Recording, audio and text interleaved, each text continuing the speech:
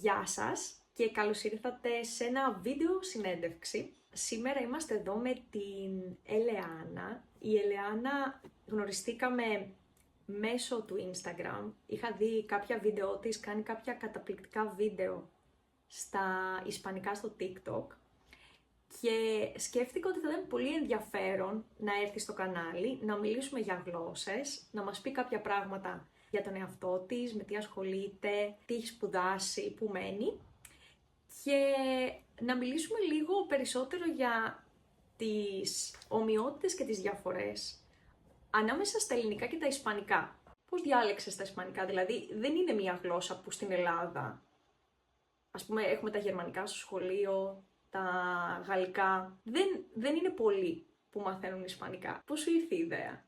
Η αλήθεια είναι ότι στην αρχή δυσκολεύτηκα κι εγώ. Ναι, μεν εγώ σαν Ελεάνα ήθελα απίστευτα να ξεκινήσω ισπανικά. Από μικρή τα λάτρευα. Μόνο στο άκουσμα θεωρώ ότι είναι μια υπέροχη γλώσσα, μια από τις πιο όμορφες γλώσσες. Οπότε εγώ είχα καταλήξει. Αλλά επειδή είχα συμβουλευτεί λίγο την οικογένειά μου, λίγο τους φίλους μου, δεν έκλειναν τόσο προς τα ισπανικά. Συνήθως με συμβούλευαν να ξεκινήσω είτε γαλλικά, είτε γερμανικά, είτε ρώσικα, με τη δικαιολογία ότι αυτές είναι οι γλώσσες του μέλλοντος και ότι αυτές είναι πιο χρήσιμες γενικότερα στην Ελλάδα. Εγώ, για να είμαι ειλικρινής, αυτό δεν το πιστεύω. Θεωρώ ότι κάθε γλώσσα είναι χρήσιμη. Βασικά, εγώ επέλεξα τα ισπανικά, πρώτον επειδή είπα ότι λατρεύω να τα ακούω. Δεύτερον, επειδή είναι μια γλώσσα που κατ' εμέ ομιλείται πάρα πολύ. Από όσο ξέρω, τη χρησιμοποιούν σε πάνω από 18 χώρες στον κόσμο. Και σύν το ότι είχα ακούσει, για να είμαι ειλικρινής, ότι όντως μοιάζουν με τα ελληνικά, όσον αφορά το συντακτικό για παράδειγμα. Οπότε λέω, δεν θα δυσκολευτώ και τόσο. Και έτσι αποφάσισα να ξεκινήσω και καλώς και ξεκίνησα. Μπράβο δηλαδή, είμαι πολύ χαρούμενη που εν τέλει πήρα τη δική μου απόφαση. Πότε βασικά ξεκίνησες τα ισπανικά, πόσο χρόνο σου πήρε πάνω κάτω για να μάθεις? Λοιπόν, εγώ χρειάστηκα περίπου 2 χρόνια για να πάρω το Β2. Τώρα, για να πάρω το Γ2, διότι θέλω να διδάξω, αν όλα πάνε καλά, θα χρειαστώ περίπου άλλα 2 χρόνια. Κάνω ήδη 1 χρόνο και μέχρι το Γ2 για να ολοκληρώσω τα πάντα χρειάζομαι συν 2 χρόνια. Δηλαδή, συνολικά για να μάθει κάποιος άπτεστα ισπανικά ώστε να μπορέσει να διδάξει, χρειάζεται περίπου 5 χρόνια. Για να μάθει να συνεννοείται επίσης πολύ καλά, θα χρειαστεί περίπου 1 χρόνο. Θεωρώ ότι σε 1 χρόνο μπορείς να μιλάς πάρα πολύ καλά. Είπες πριν και εσύ, και το έχω ακούσει και εγώ, ότι οι δύο γλώσσες μοιάζουν. Και αυτός ήταν ένας λόγος που επέλεξες τα ισπανικά.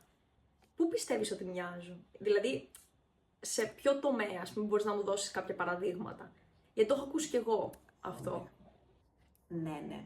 Αρχικά, εγώ αυτό που έχω παρατηρήσει είναι ότι μοιάζουν και με τα ελληνικά και με τα αγγλικά. Και τι εννοώ? Όσον αφορά τα ελληνικά, έχουν πολλές ομοιότητες στο συντακτικό και γενικότερα στη γραμματική. Δηλαδή, όπως εμείς συντάσσουμε τις λέξεις σε μία πρόταση, έτσι είναι και στα ισπανικά, με την ίδια σειρά. Λέξεις υπάρχουν κοινές? Λέξεις κοινές, υπάρχουν οι κλασικές λέξεις που έχουν ελληνική ρίζα, όπως για παράδειγμα στα ισπανικά ο βιβλιοθηκονόμος λέγεται βιβλιοτεκόνομα ή αντίστοιχα μια ειδικότητα ιατρική, όπως και στα αγγλικά. Τώρα όσον αφορά τα αγγλικά, μοιάζουν πάρα πολύ στο λεξιλόγιο, δηλαδή αν ξέρεις καλό λεξιλόγιο στα αγγλικά, μπορείς πολύ εύκολα να βρεις την αντίστοιχη λέξη στα ισπανικά. Για παράδειγμα, αν εγώ ξεχάσω τη λέξη των ισπανικών, η οποία είναι ο συνδυασμός, θα θυμηθώ στα αγγλικά ότι είναι combination, οπότε στα ισπανικά θα πω combinación. Και μοιάζουν αρκετά. Εμένα με έχουν βοηθήσει δηλαδή τα αγγλικά πάρα πολύ. Κάνεις αυτή τη σύνδεση μεταξύ άλλων γλωσσών και της γλώσσας που μαθαίνεις. Έχεις κάποιο άλλο tip σχετικά με το πώς να μαθαίνεις πιο γρήγορα λέξεις και πώς να θυμάσαι το λεξιλόγιο? Υπάρχει κάτι άλλο που σε έχει βοηθήσει? Η αλήθεια είναι ότι εγώ είμαι κατά κάποιο τρόπο παπαγάλος. Δηλαδή, θέλω πρώτα να δω όλο μου το λεξιλόγιο και να προσπαθήσω να το αποστηθήσω. Ίσως κάποιους τους βοηθάει αυτό, δηλαδή εγώ πάντα έχω ένα τετράδιο ξεχωριστό, γράφω όλο μου το λεξιλόγιο, όλες τις λέξεις και κάθομαι και τις διαβάζω μία-μία. Αλλά σίγουρα κάτι άλλο που επίσης με έχει βοηθήσει πάρα πολύ είναι να μπαίνω στο YouTube, να βάζω τραγούδια ισπανικά μαζί με τα lyrics τους, οπότε να βλέπω και τις λέξεις που χρησιμοποιούν, αλλά και τη γραμματική που χρησιμοποιούν. Εδώ χρειάζεται υποτακτική, γιατί. Οπότε μετά μπαίνω στη διαδικασία να δω τη μετάφραση του τραγουδιού και μου μένουν πολύ καλύτερα έτσι. Επειδή είναι ένα τραγούδι που υποτίθεται μου αρέσει, άρα θυμάμαι τα λόγια, άρα μετά μου έρχονται και πολύ εύκολα και οι εκφράσεις που βλέπω και το λεξιλόγιο. Και αυτό με έχει βοηθήσει πολύ. Και επίσης ακούω πάρα πολύ podcast.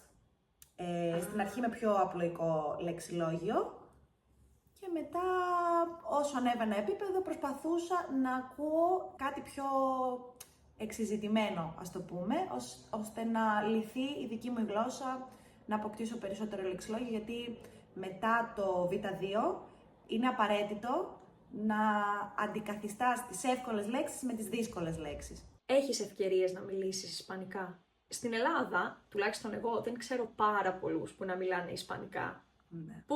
Πώς το δουλεύεις αυτό το κομμάτι της ομιλίας? Μιλάς μόνη σου? Πολλοί μιλάνε μόνοι τους. Παλιά εγώ μιλούσα μόνη μου, αλήθεια, στα αγγλικά. Επειδή ήθελα πάρα πολύ να βελτιώσω την προφορά μου και να την φέρω πολύ κοντά στη βρετανική, άκουγα διάφορα κομμάτια από ταινίες, τα σταμάταγα και μετά τα επαναλάμβανα εγώ, με την ίδια προφορά. Είναι πάρα πολύ ωραίο, έξυπνο για την προφορά. Η αλήθεια είναι ότι επειδή στα social χρησιμοποιώ πάρα πολύ τα ισπανικά και προσπαθώ λίγο να μεταδίδω τις γνώσεις μου στον κόσμο.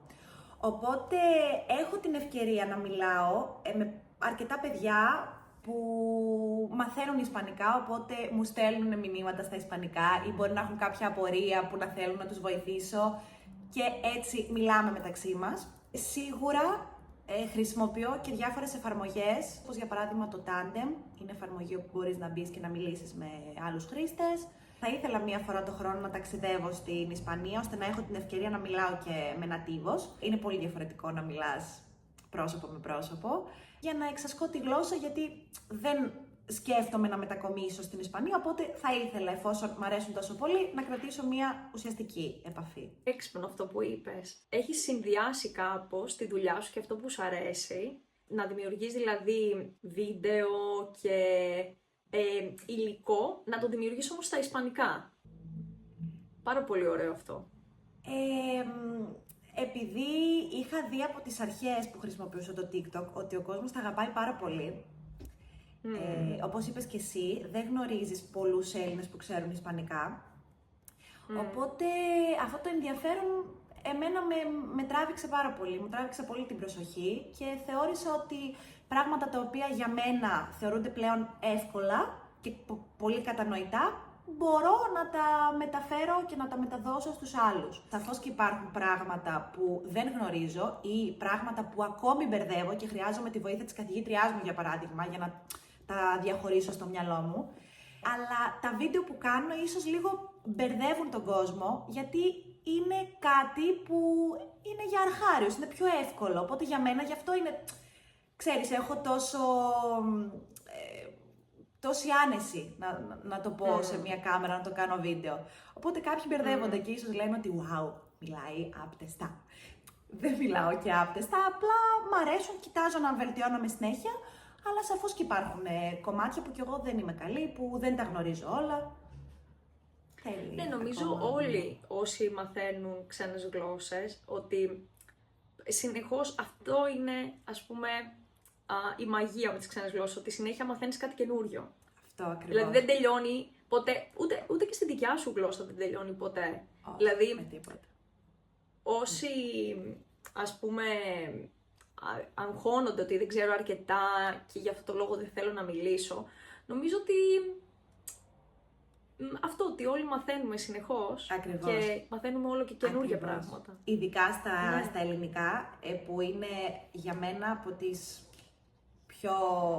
πραγματικά από τις πιο όμορφες και σημαντικές γλώσσες. Τα ελληνικά θεωρώ ότι έχουν όλες οι γλώσσες, εννοείται. Απλώς στα ελληνικά θεωρώ ότι ένα παραπάνω δεν σταματάς ποτέ να μαθαίνεις κάτι καινούριο και μία καινούργια λέξη και μία καινούργια φράση και μια αρχαία φράση και εξελίσσονται στην αρχή. Μ' αρέσει πάρα πολύ. Συμφωνώ και νομίζω ότι εμένα τουλάχιστον το να μαθαίνω ξένες γλώσσες μου ανοίγει ένα παραθυράκι στο πώς σκέφτονται οι άνθρωποι και πώς σκέφτονταν οι άνθρωποι επίσης. Ναι. Δηλαδή, στα ελληνικά είναι κάπως κάποιες λέξεις και η ετυμολογία από πού προέρχονται και τι είχαν στο μυαλό τους. Προηγούμενη φορά με κάποιον είχα μία συζήτηση και μου λέει κάπως ότι η λέξη άγαλμα προέρχεται από το ρήμα αγάλωμε, που σημαίνει ευχαριστιέμαι. Δηλαδή για τους αρχαίους το να φτιάχνουν αγάλματα ήταν ένας τρόπος έκφρασης και ευχαρίστησης. Καταλαβαίνεις για ποιο λόγο η Ελλάδα είναι γεμάτη αγάλματα. Δεν σε ρώτησα πριν. Εσύ πού μένεις στην Ελλάδα? Και να μας πεις και λίγα πράγματα. Βεβαίως. Γι' αυτό. Εγώ μένω στη Θεσσαλονίκη. Δεν είμαι από τη Θεσσαλονίκη, είμαι από την Ικαρία. Είναι ένα νησί στο Βόρειο Αιγαίο. Αλλά η αλήθεια είναι ότι ένα νησί δεν έχει ιδιαίτερη ζωή, ειδικά το χειμώνα, το καλοκαίρι πάω συνέχεια. Είχαμε μετακομίσει με τη μαμά μου, ζούσαμε στα πρώτα χρόνια μου στην Αθήνα, αλλά λόγω της δουλειάς της ήρθαμε στη Θεσσαλονίκη. Η αλήθεια είναι ότι είναι πανέμορφη πόλη, αλλά εγώ προσωπικά προτιμώ την Αθήνα, διότι τώρα ειδικά με αυτό που κάνω, με τα social, είναι περισσότερες οι ευκαιρίες εκεί, έχει περισσότερο κόσμο να γνωρίσεις, περισσότερα μέρη να πας, event, το ένα το άλλο. Οπότε θα ήθελα να μετακομίσω κάποια στιγμή στην Αθήνα για να είμαι ειλικρινής, αλλά και η Θεσσαλονίκη είναι πανέμορφη. Νομίζω η Ικαρία, αν δεν κάνω λάθος, είναι μέσα στα 5 μέρη του κόσμου που είναι γνωστά για τη μακροζωία. Ναι, είναι. Η αλήθεια είναι ότι όντως ο κόσμος ζει πάρα πολλά χρόνια εκεί. Έχω γνωρίσει πολλούς ανθρώπους οι οποίοι γιορτάζουν, ας πούμε, τα γενέθλιά τους και γίνονται 103, 102, 105.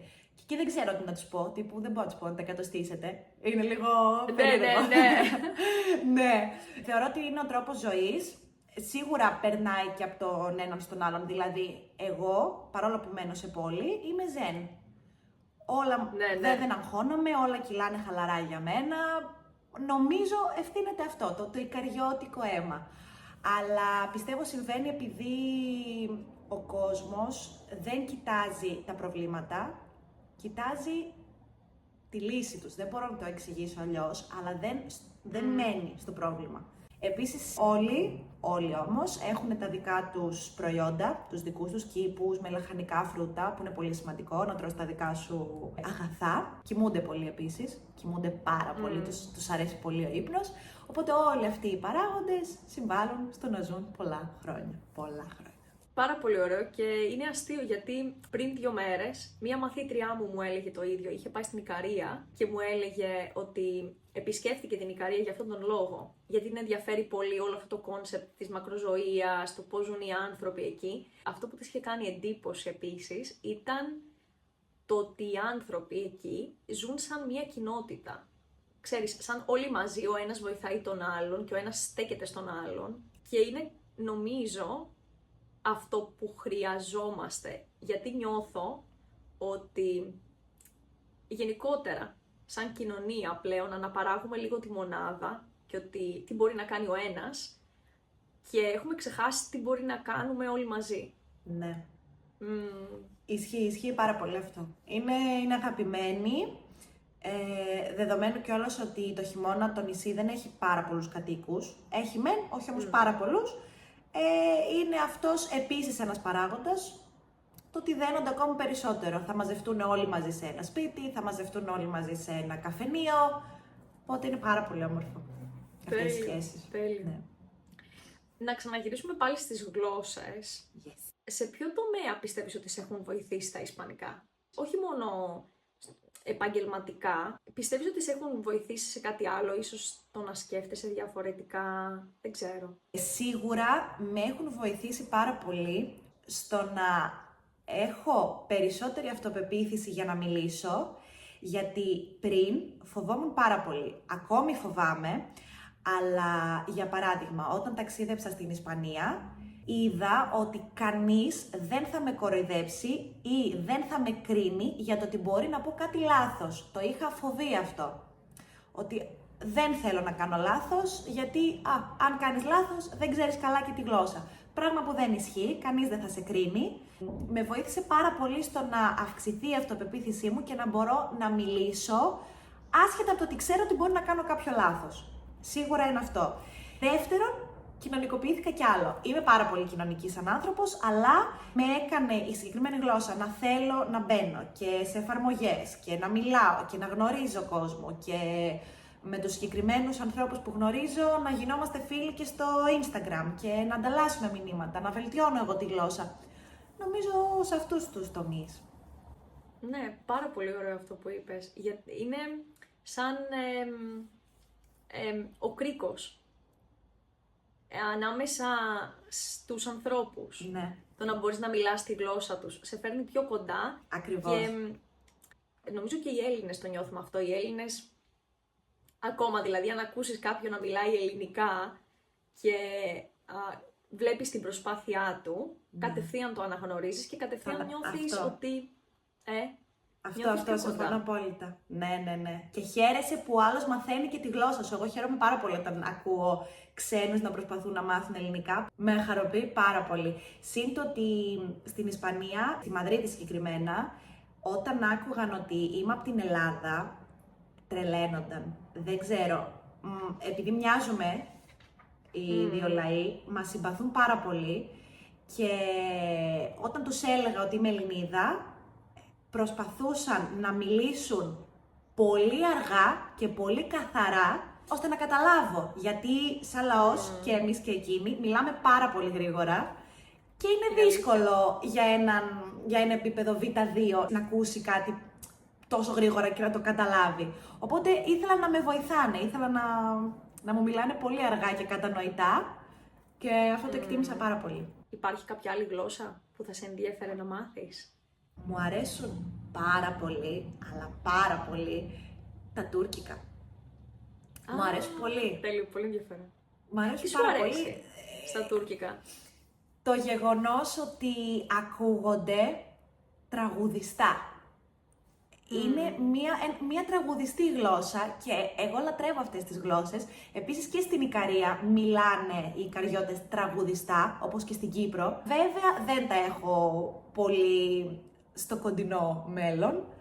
Θα ήθελα τα γαλλικά περισσότερο, γιατί και τα γαλλικά είναι έτσι μια γλώσσα σχετικά κοντά στα ισπανικά. Μου έχουν πει ότι έχουν και με τα ισπανικά αρκετές ομοιότητες. Ελπίζω να μπορέσω να μάθω κάποια στιγμή. Καλό είναι να κάνουμε σχέδια, και ας μην γίνουν. Συμφωνώ και είναι καλό να έχεις κάτι να περιμένεις. Έτσι ακριβώς. Στο μέλλον. Ναι. Πάρα πολύ ωραίο αυτό που είπες. Ελεάνα μου, σε ευχαριστώ πάρα πολύ που ήσουν σήμερα μαζί μας και είμαι πολύ χαρούμενη που σε γνώρισα βασικά. Εγώ ευχαριστώ αρχικά, γιατί είναι η πρώτη φορά που κάνω κάτι αντίστοιχο, είναι πάρα πολύ ωραίο. Ελπίζω να μην σε δυσκόλεψα, γιατί όπως είπα είμαι λίγο γιαγιούλα, δεν γνωρίζω τόσο καλά τα του υπολογιστή συνδυαστικά με το κινητό κλπ.